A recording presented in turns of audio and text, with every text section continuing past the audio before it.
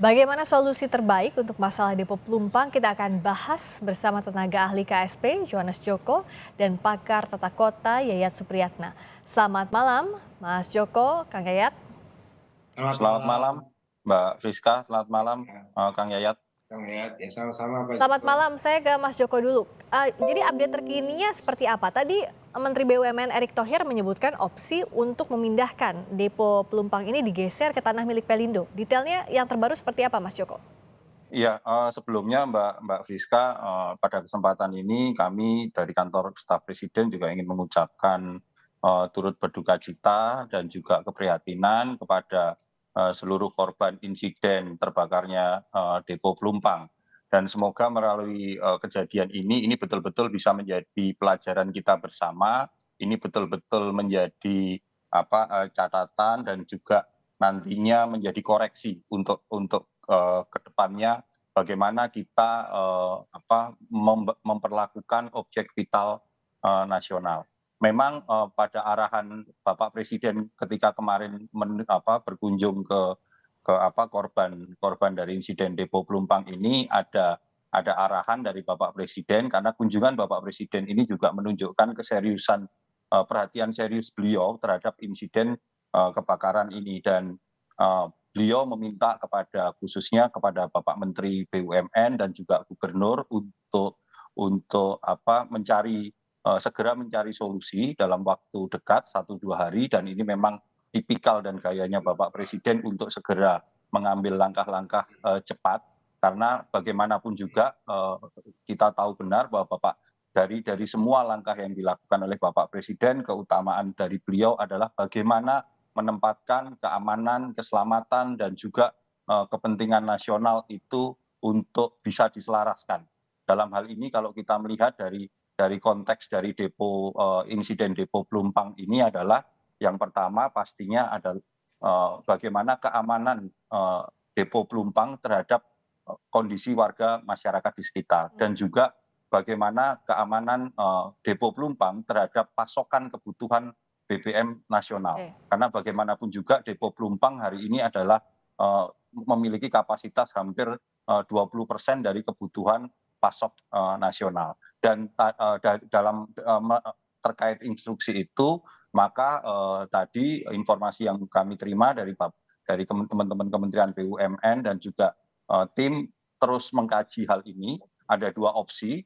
Opsi pertama adalah kemungkinan untuk menggeser depo Pelumpangnya atau opsi yang kedua melakukan relokasi terhadap warga di sekitar depo Pelumpang sehingga tercipta buffer zone begitu Mbak.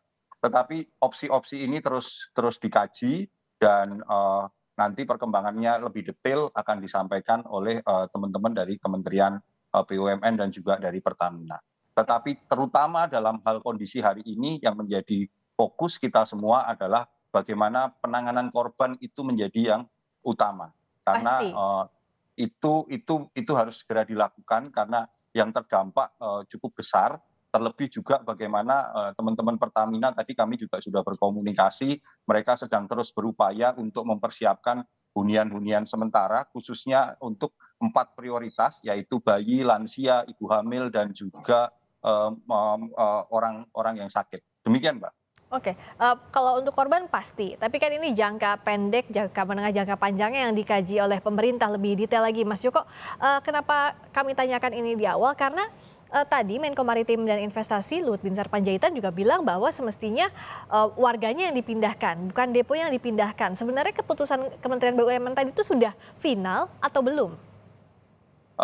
Nanti segera Mbak kami akan konfirmasikan, kami belum mendapat update terakhirnya, tetapi bahwa segala aspek sekarang ini terus dikaji, karena bagaimanapun juga seperti yang kita ketahui, depo Pelumpang ini ada sejak tahun 1972 dan tentu dalam perencanaan pembangunan depo Pelumpang itu berbagai pertimbangan keamanan HSSE-nya itu health safety security environment-nya itu betul-betul dihitung dalam kurun waktu bukan hanya dalam kurun waktu pendek tetapi jangka panjang dalam kondisi hari ini.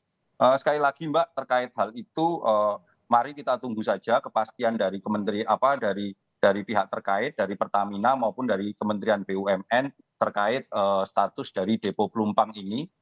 Yang pasti adalah arahan dari Bapak Presiden, kami juga di kantor staf Presiden dari arahan Pak Muldoko diminta untuk terus melakukan monitor agar memastikan arahan Bapak Presiden dalam 1-2 hari ini harus ada keputusan. Demikian, Mbak. Jadi 1-2 hari ini ya sesuai dengan arahan Pak Jokowi harus ada Betul. solusinya ya, realnya seperti apa. Nah kalau Kang Yayat, bagaimana melihatnya? Tadi Menteri BUMN bilang bahwa ada opsi untuk depo Pelumpang ini dipindahkan ke tanah milik Pelindo. Ini jadi salah satu opsi. Di sisi lain apakah buffer zone-nya tetap harus dibuat juga di sekitar Pelumpang? Pertama begini, kalau rencana tahun 2009 itu dijalankan saja, selesai masalah. Persoalannya pada waktu itu, ketika semua sudah dimatangkan, sudah disiapkan, ada persoalan sengketa tanah. Hmm. Jadi sengketa tanah itulah menjadi cikal bakal klaim Pertamina atas aset tanah di sekitarnya itu mendapatkan gugatan, bahkan sampai ke pengadilan dengan kasus-kasus lainnya. Nah, pertanyaannya, mengapa tidak bisa dieksekusi? Ya. Bagi Pemprov DKI sendiri, kalau mengeksekusi itu tidak bisa dengan dana APBD. Karena bukan ranahnya, asetnya pemerintah daerah. Dan bagi Pertamina pun kalau ingin mengeksekusi, dia harus punya kekuatan hukum dan harus mendapat dukungan juga dari keputusan pengadilan bisa mengeksekusi. Nah, ketika kasus itu bersengketa, tanah itu kan terlantar, tidak ada yang mengawasi, tidak ada yang memantau. Pelan tapi pasti prosesnya akhirnya terjadi perambahan, akhirnya terbentuklah pemukiman yang semakin padat. Ada yang 7 RT jadi 11 RT. Ini menunjukkan persoalannya. Tahun 2009 kita sudah punya master plan-nya. Jadi otomatis itu lebih strategis dibandingkan kita membuat kembali atau memindahkan. Menurut pengamatan saya, depo BBM Pelumpang adalah depo yang paling strategis tempatnya. Pertama satu, ya, dia dekat dengan akses jalan tol, sehingga mudah distribusi ke wilayah Jabodetabek, aksesnya mudah kemana-mana. Yang kedua, investasi dekat dengan pelabuhan laut, sudah tertanam pipa hampir 5 km di dalamnya. Jadi dari sisi tempat, dari sisi alokasi, distribusi, lebih mudah. Kalau dipindahkan ke reklamasi atau kawasan lain, kita butuh waktu panjang untuk sampai sana. Dan yang menarik adalah satu, mana yang lebih besar investasinya? Menata merelokasi penduduk atau membangun kilang baru, depo baru. Kalau hitungan membangun depo baru itu lebih tinggi biayanya dibandingkan ini, ya mendingan kita tata kawasan itu dan menjadi role model untuk semua sentra-sentra vital negara. Nanti di Balongan bisa dilakukan seperti itu. Kemudian di tempat di pabrik pupuk di Palembang juga seperti itu, di bandara seperti itu. Jadi dengan demikian, contoh role model ini akan menjadi sebuah cara kita bagaimana menata kawasan tersebut.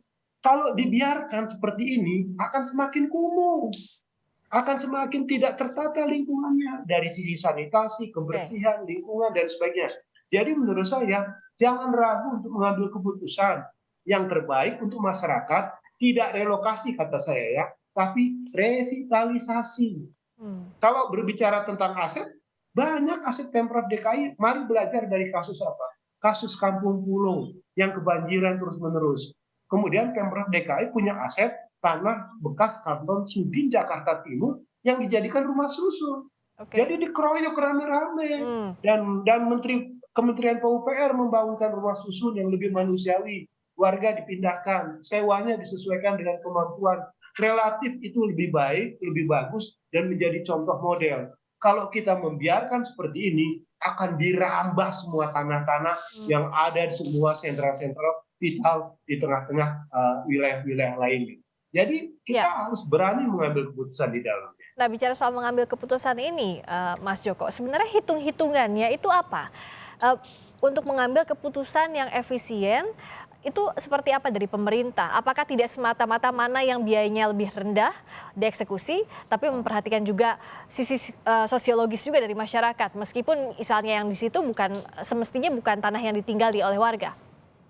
Iya Mbak Friska, tentu dalam mengambil satu keputusan pemerintah seperti arahan Bapak Presiden, apakah itu Pelumpang yang digeser ataukah penduduk yang direlokasi, kalau bahasanya Kang Yayat tadi adalah direvitalisasi, itu ada kompleksitasnya masing-masing. Misalnya kalau kita menilai Pelumpang yang harus digeser, tentu ini membutuhkan biaya yang besar sekali, investasi yang besar, tetapi segala hitung-hitungan ada. Kalau kita mau melihat juga apakah misalnya warga yang harus direlokasi atau direvitalisasi, tentu tidak hanya sekedar hitung-hitungan materi begitu. Kalau memang hitung-hitungan materi tentu akan lebih mudah, tetapi ada pertimbangan-pertimbangan sosiologis, ada pertimbangan-pertimbangan sosial ekonomi juga terkait dengan kondisi warga di sekitarnya begitu, Mbak. Karena bagaimanapun kita juga harus mempertimbangkan kondisi warga terkait dengan